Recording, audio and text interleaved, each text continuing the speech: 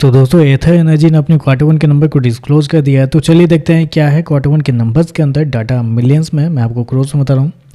तो देखिए पिछले क्वार्टर में कंपनी 676 करोड़ का रेवेन्यू जनरेट की थी ऑपरेशन के थ्रू। पिछले साल 360 करोड़ के आसपास, जबकि अभी देखें तो 644 करोड़ आपको जाता हुआ देखने को मिला। तो साल दर साल जाते हैं तो साल दर साल कंपनी के रेवेन्यू के अंदर एक अच्छी खासी तेजी आपको देखने को मिल रही है। लगभग हो सकता है आप 125% के आसपास का जंप है कंपनी के रेवेन्यू के अंदर साल दर साल। जबकि क्वार्टरली बेस पे जाते हैं तो क्वार्टरली बेस पे कंपनी के रेवेन्यू के अंदर एक हल्की सी गिरावट भी आपको देखने को मिली। लगभग बोल सकते हैं आप 6% के आसपास की गिरावट आपको देखने को मिले। तो क्वार्टरली बेस पे देखें तो रेवेन्यू गिरता हुआ देखने को मिला है, जबकि साल दर साल बढ़ता हुआ भी देखने को मिला है। हालांकि ये ऑटो सेक्टर की कंपनी है तो ऐसे में इनके बिजनेस को साल दर साल ही चेक किया जाता है। तो साल दर साल एक बड़ी तेजी आपको देखने को मिले। लेकिन बेसिकली याद रखिएगा साल दर साल चेक तो कर रहे हैं, लेकिन कंपनी का आईपीओ अभी कुछ महीने पहले ही आया था। तो इस वजह से आपको ज़्यादा मतलब ये भी नहीं देखना है कि साल दर साल इतनी बड़ी जंप आपको देखने को मिला है, क्योंकि अच्छे नंबर के बाद ही कंपनी का आईपीओ हमेशा लिस्ट होता है। खर्चे की बात करते हैं तो देखिए पिछले क्वार्टर में 922 करोड़ खर्च किए थे, पिछले साल 551 करोड़।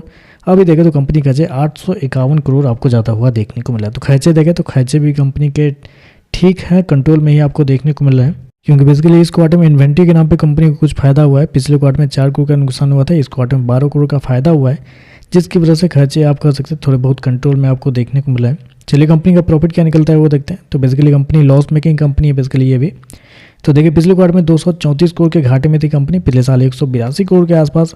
अभी देखें तो कंपनी का लॉस जो है 178 करोड़ आपको जाता हुआ देखने को मिला। तो साल दर साल जाते हैं तो साल दर साल कंपनी का जो लॉस है लगभग फ्लैट आपको देखने को मिल रहा है, 2% आपको कम होता हुआ देखने को मिला। ये थोड़ा सा यहाँ पे नेगेटिव है। क्यों नेगेटिव है आप मेरी बात को समझिए। अगर कंपनी का रेवेन्यू 125% साल दर साल बढ़ रहा है तो कंपनी के लॉस कम से कम थोड़ा बहुत तो कम होने चाहिए, 20-25% ही कम होना चाहिए, लेकिन कम तो होना चाहिए। लेकिन यहाँ पे मात्र 2% कंपनी का लॉस कम हो रहा है। तो मतलब रेवेन्यू कंपनी का डबल से भी ज़्यादा हो रहा है, लेकिन फिर भी कंपनी जो पैसे है वो बचा नहीं पा रही है। ये आप देखिए यहाँ पे तो खर्चे कंपनी के थोड़े ज़्यादा है। लॉस इस क्वार्टर में देखें तो है अभी भी उतना ही लॉस है जितना होना चाहिए था। ईपीएस की बात करते हैं, पिछले क्वार्टर में 9 रुपये का माइनस में था, पिछले साल 7 रुपये का माइनस में। अभी देखें तो 5 रुपये का माइनस में आपको देखने को मिला है। तो देखिए ओवरऑल अगर बाकी चीज़ों को हटा के बस कंपनी के जो ऑन पेपर कंपनी के नंबर आपको देखने को मिले उसको अगर आप देखते हैं तो नंबर तो अच्छे देखने को मिले। रेवेन्यू बढ़ रहा है साल दर साल, कंपनी के लॉस हल्का सही लेकिन कम होता हुआ देखने को मिला है। लेकिन ऑलरेडी अच्छी खासी वैल्यूएशन पीवी शेयर आपको ट्रेड करता हुआ देखने को मिला। तो उम्मीद थी कि कंपनी के लॉस थोड़े बहुत और कम होने चाहिए थे, लेकिन लॉस अभी भी थोड़ा ज़्यादा ही आपको देखने को मिला। बाकी देखते हैं मार्केट इस पर कैसे रिएक्ट करता है। आज के लिए बस इतना ही। वीडियो पसंद आए तो लाइक कीजिएगा, साथ में साथ चैनल को सब्सक्राइब जो कीजिएगा। धन्यवाद।